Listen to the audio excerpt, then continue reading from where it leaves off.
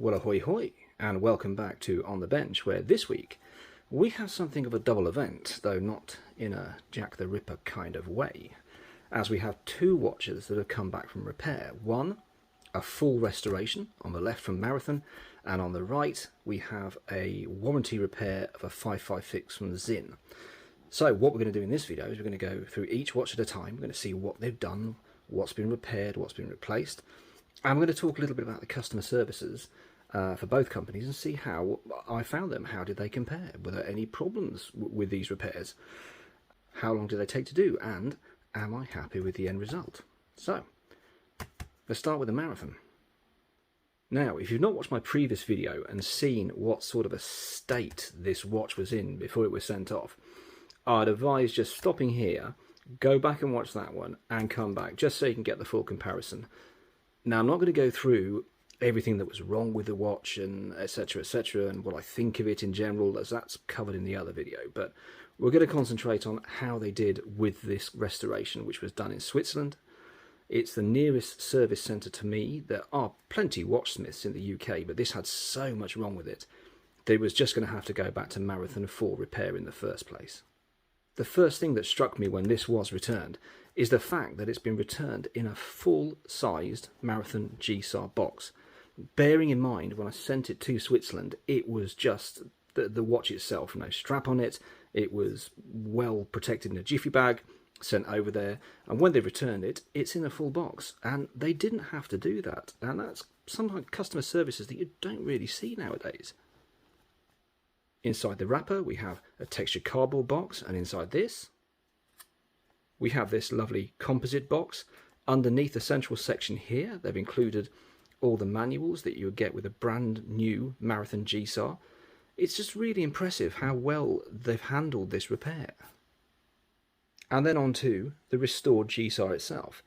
Again, if you haven't watched the video, seen what sort of state it was in before I sent it off, please do flick back and watch. But assuming you have, here's what they've done.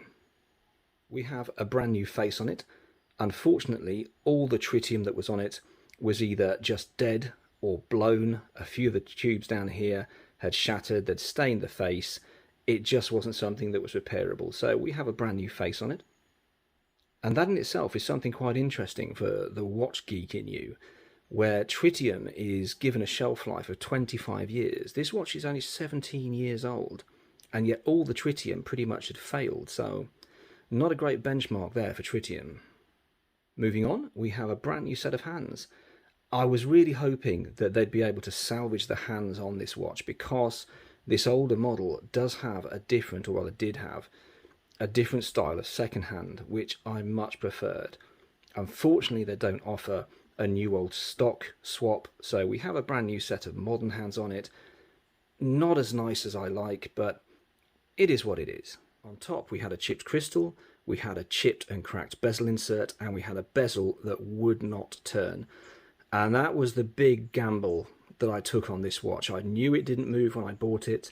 My question was, is it not turning because it's gummed up with skin and oil and sand, etc., that's got into the mechanism, and that's what's stopping it moving? Or was it to do with the multiple holes and dents it had in the bottom of the bezel, which indicated some very hard repeater blows it had come across, which might have meant that it had damage internally, which was stopping it moving around. Now, I don't know which was the problem, but Marathon simply put a whole new top on it. We've got new crystal, new bezel insert, entirely new bezel. They've just dropped a new top section on the top.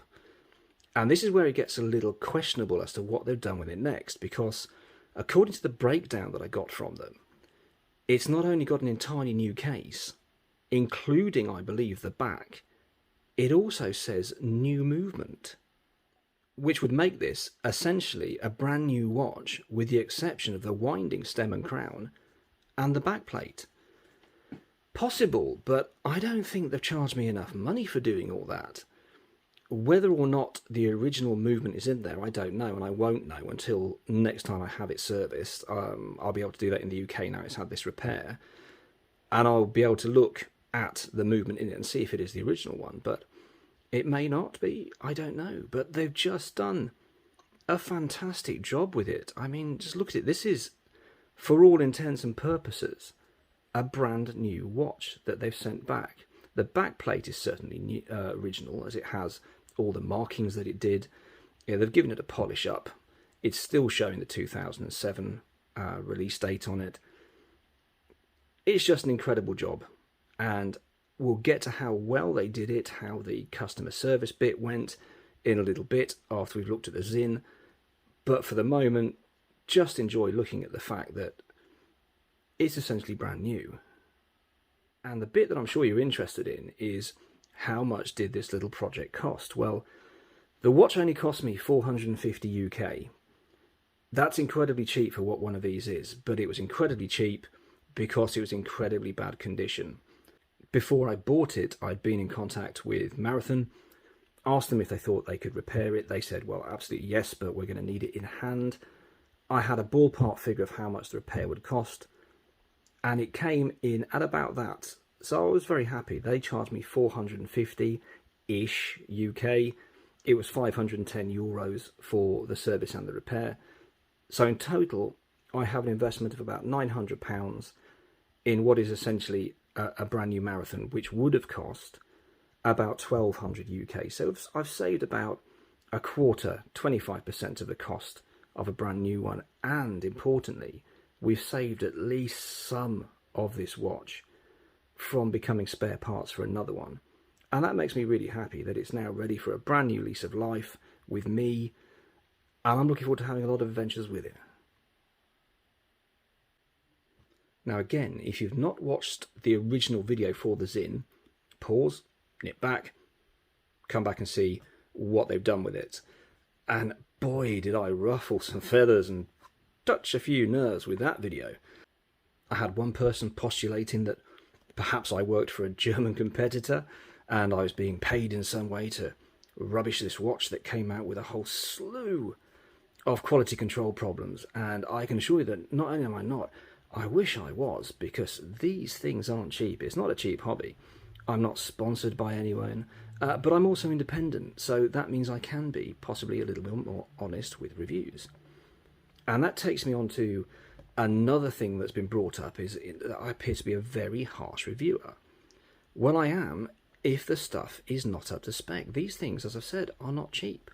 And I don't think that we should put up with things that aren't right. And unfortunately, big companies, when they do start to veer off slightly when it comes to their quality control, unless they're picked up on it, they will continue. See companies like Gibson, I would argue, that their quality control has got worse and worse, but they know they can rely on a group of fans who will excuse anything that's wrong with them. And perhaps that's something that happened with the Sinn, with some people who watched that video, because everything wrong with it was there, displayed on the video. And that's how it's been sent out. Another reason why my reviews might be a little bit more harsh than other people's is that I properly test them. I don't follow that many other watch channels, but ones that I do, I see them, they get the watch out of the case, they go, oh, look at that, it's fantastic, put it on their wrist, go and get some outside shots, and yeah, it's brilliant. But what kind of review is that? I would argue you've not tested it. If it's a diver, I've had it in water before it's been on camera. If it's a field watch, I've worn it in the field. Every watch that I review has been worn by me for weeks, if not longer, to pick up every little problem that I can and then put it onto film. I am, yes, being deliberately nitpicky, because that's the kind of thing that I want people to be aware of before they put their money in something which I argue might not be up to the standard it should be. How did Sinn do? Well, I'm happy to say they did really, really well with it. The nasty, grating sensation that was there on operating, turning or pulling out the stem has completely gone. It now engages properly when you're pulling it in and out to set the date, set the time, wind the watch, and the face no longer wobbles side to side when you're moving the stem in and out. So they repaired everything that should have been done in the first place, and it's now operating absolutely fine. I have now no mechanical complaints with this watch. It's absolutely, it should have been. But the point there is it's now as it should have been in the first place. It should not have left the factory the way it was sent to me. Now, the eagle-eyed among you might have noticed, well, that's not the original strap. Well, no, it isn't, because I've taken that off now. As I explained in the other video, I loved the bracelet. The bracelet is fine. The clasp on this thing, I would argue, is worse in class by any metric that you can throw at it. I still think it feels cheap. I think it feels fragile. And I think it's a demonstrably poor design, how it distributes shearing forces across the bracelet when you take it on and off. I have a feeling I'm going to break it, therefore I've taken it off. And while it was away for repair, I thought, you know, I bet that would look good on a bun strap. And you know what? I think it does. And I prefer it now much better in the general look of the watch. They sell it as a Flieger, even though it's only kind of a Flieger. It's a bit too small for a Flieger. But on a bun strap, it looks fantastic. I'm still not a fan of this black mirror that it is when it's in direct light. And you can even see when I'm turning it just how shiny these things are. But I'm much happier with it now. Will I keep it long term? I'll have to see. But certainly for the moment, I'm much, much happier wearing it. And after all that, let's talk about the customer service experience between the two companies. How did they do? Well, starting with Marathon, this has been genuinely one of, if not the best customer service experiences that I've had, full stop, never mind from a watch company. Every step of the way, I was having emails from named people, a named contact in the service department. I don't know how many people work there, but it wasn't a faceless company emailing me back. It was a very nice gentleman and a lady as well at the beginning. They guided me through the process. They sent me a pack through with how to send it back, how to ship it, what to put on the shipping label. When it arrived in Switzerland, email to tell me it arrived. Then about a week later, I had a breakdown arrive of this is the cost, this is what needs doing. It was perfectly acceptable, the price to me. I said, let's go ahead. Not only did I get emails from them, I actually got two. I got one from the department saying what they wanted, and another one saying, by the way, we've sent you an email, please check your spam filter, just in case it's been caught by that. Just great customer service. The repair itself only took a few days once they started it, and the next email I got from them wasn't just, oh, by the way, it's done. It was, it's, by the way, it's done, here's your tracking number, it's on the way back to you, and it'll be back with you within a couple of days. And it was. Tracked all the way to my door. I couldn't recommend Marathon Switzerland enough. They were fantastic to deal with. They did a brilliant job. The price wasn't that much more than you'd expect from dealing with an independent repairer. If you're looking at repairing a Marathon and you're within Europe or within the UK, I would definitely recommend going to Marathon directly. Great experience. I'll happily go back to them again, though I hope, obviously, I won't have to for quite some time. Now, the Sinn was a somewhat different experience, but not in a bad way, because this was a warranty repair. Again, how I test my watches does not work in my favour. There's a lot of watch reviewers out there who, again, do really quick reviews. They can send these things back, same day, if they're not happy with something on it, or send it back to get a refund, having done an unboxing video.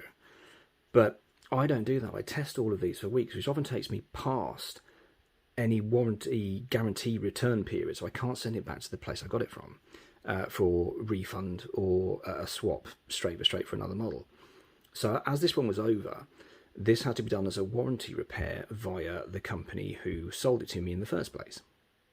So I emailed them, I told them the problems I was having with it.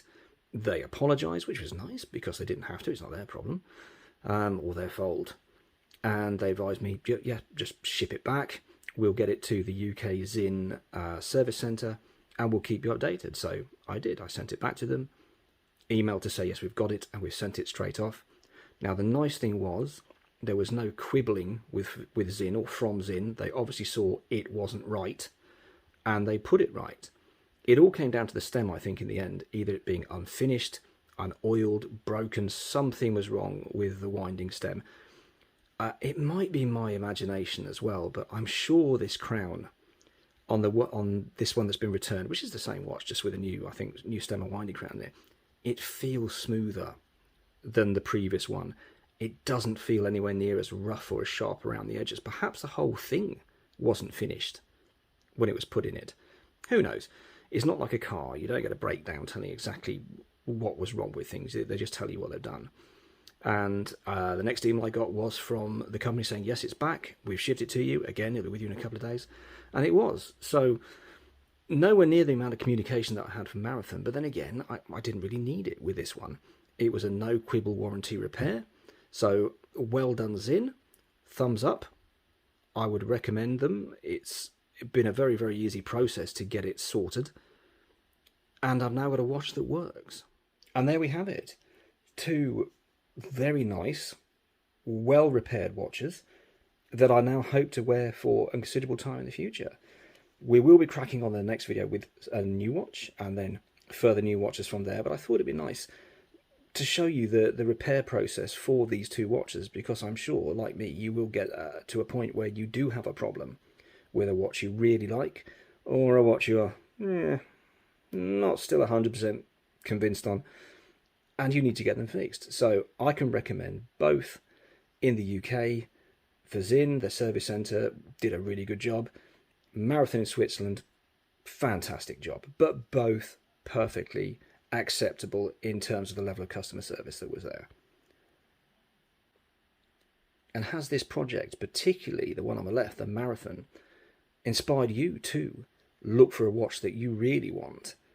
Go for one that's very cheap because it's got problems, and then see about getting it repaired and restored.